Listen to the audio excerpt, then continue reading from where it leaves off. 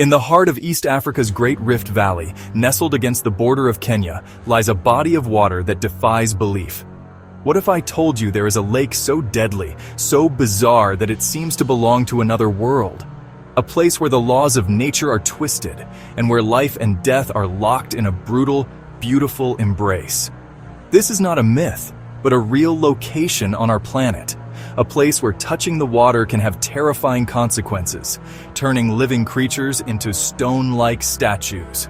Welcome to Lake Natron in northern Tanzania. Its vast, shallow waters shimmer with an otherworldly, blood-red hue, a stark warning sign painted across the arid landscape. This is one of Earth's most extreme environments, a place so visually alien it has been compared to the surface of Mars. Here, the air itself feels hostile. Surface temperatures can soar above a blistering 60 degrees Celsius or 140 degrees Fahrenheit, but the real danger lies in the water. Fed by mineral-rich hot springs and runoff from the nearby volcano, Old Duino Lengai, the lake is hypersaline and intensely alkaline. Its pH can exceed 10.5, almost as corrosive as ammonia. This chemical cocktail is lethal, capable of burning the skin and eyes of most animals that make contact. The lake's mirror-like surface is a deadly illusion, often tricking birds and bats into diving in. Unable to escape the caustic trap, they perish. But they don't simply decompose. The water is saturated with a unique compound called natron, a mix of sodium carbonate and sodium bicarbonate. This is the same substance the ancient Egyptians used for mummification. Here it works a terrifying magic. The natron encrusts their bodies, preserving them perfectly as they dry along the shoreline. They become haunting, calcified sculptures, frozen in their final moments of struggle. It was the haunting photographs of Nick Brandt that brought this macabre gallery to the world's attention, revealing a natural phenomenon as grim as any ancient curse. And yet, amidst this tableau of death, a staggering paradox thrives. This lake of death is also a cradle of life. It is the single most important breeding site in the world for the lesser flamingo. Every year, up to 2.5 million of them descend upon Lake Natron, creating a vibrant, pulsating sea of pink against the crimson water. They don't just visit, they build their entire society here, a spectacle of survival that defies the lake's deadly reputation. So how do they do it? How can millions of these seemingly delicate birds thrive in a chemical bath that turns others to stone? The answer lies in remarkable evolution.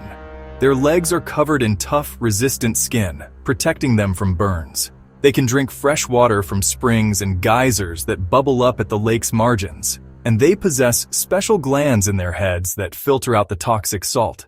But their survival is even more intricately linked to the lake's hostility. The very thing that makes the water red is their primary food source, a type of cyanobacteria or spirulina that flourishes in the extreme alkalinity. Furthermore, the caustic mudflats form a natural fortress. They build their cone-shaped mud nests on isolated salt islands, creating a nursery completely safe from land-based predators who dare not cross the deadly moat. For the flamingos, this hellscape is a paradise. The architect of this bizarre world is the nearby volcano, Old Duino Lengai, which the local Maasai people call the Mountain of God. It is the only active volcano on Earth that erupts nitrocarbonatite lava, a cool black lava that is incredibly rich in the rare sodium and potassium carbonates that feed the lake's alkalinity. For the Maasai, who have lived in this region for centuries, the lake and the mountain are sacred, powerful entities, a core part of their spiritual landscape. They understand its dual nature, a place of danger, but also the source of life for the crimson birds. This unique ecosystem has become a crucial open-air laboratory for scientists. By studying the extremophiles, the microorganisms that thrive here, they hope to understand the absolute limits of life. This research has profound implications, offering clues for astrobiologists searching for life on other planets with equally harsh conditions. But this fragile world is under threat. Proposals for large-scale soda ash mining have loomed over the lake, an industrial development that could irrevocably alter its chemistry and destroy the flamingo's sanctuary forever. As we stand on its shores, watching life and death perform their eternal dance, one thing becomes clear. Lake Natron is more than just a geological anomaly. It is a living, breathing system of stark and beautiful contradictions. It is a mirror reflecting both the fragility of life and its incredible resilience, a riddle carved by volcanic fire and ancient salt.